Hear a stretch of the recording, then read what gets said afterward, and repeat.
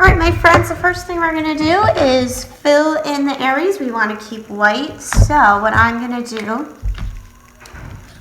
is I'm gonna go around my teeth with a white crayon, and I'm just gonna stay right in the teeth area with that, pushing heavy so that when I go on top with watercolor later, it'll glide right over those teeth and keep that area white. After I do that, I'm going to do the eye. So I'm going to go around the edge of that circle and fill it in. Try to go with that curve of the circle to help you stay in the lines. All right, my friends, so now what we're going to do is figure out what we want our base coat to be. Now in art, when we're painting, a base coat is one solid color that we use to fill up the shape that we're painting before we add more colors. So I don't mind whatever color you would like to use for that one color except black, because if we use black we won't be able to see it. I'm gonna use green like salamander, and when you're using these watercolors, my friend, you need to get water on that brush before you dip it into the color. So now I'm gonna go around the shape of my crocodile. And I still want to try to stay outside the teeth if I can, but if I make a little mistake because I use that crayon, it won't bother anything. All right, so I'm going to keep going. Now, if I want my color darker, I can add a little more paint, keep that brush in the paint a little longer, and then what will happen is my paint will be nice and dark. Now, what if, friends, you want it lighter? If I know sticking my paintbrush in the paint makes it darker, how do I make it lighter?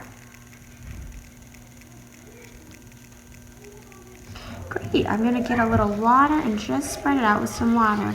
Now when you're using this paint, you wanna make sure that you are dipping your brush in the water every once in a while. If you hear scratchies like this, that means it's too dry. I need more water and more paint.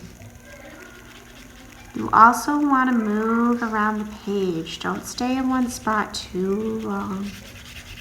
Oh, I got scratchies. Dip back in the water and paint.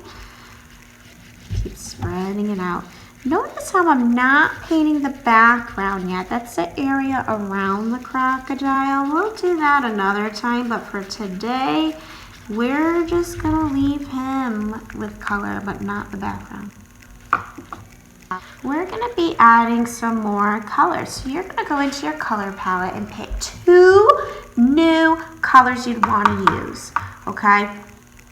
Please don't do any more than 2, and please stay away from black. So what we're going to do, instead of painting with our brush back and forth, okay, we're going to be dropping paint down. So let me show you how that works. You got to get water, a little bit of water in your paint.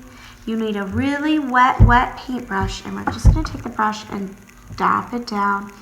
And you'll notice because my paper's wet, I'll start to get some colors that move around.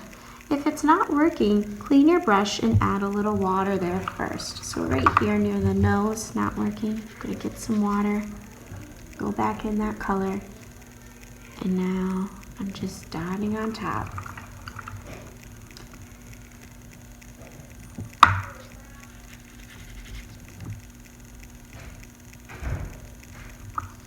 The more water you have, the more that color will spread out when you dot it.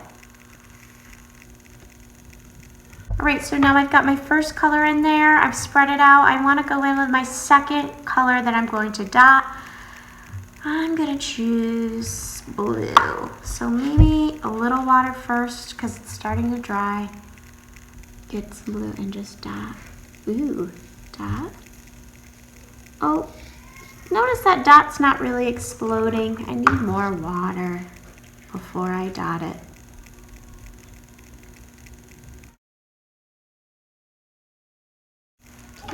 All right, friends, my salmon is looking pretty good. Now, the most important thing, since we use a lot of water on this project, we really just need it to sit at our tables for a little bit to dry before we bring it to the drying rack. So Miss Plummer will have something for you to watch at the carpet while we're letting this dry, and I will go around and put it on the drying rack when it is to a point where it's pretty dry.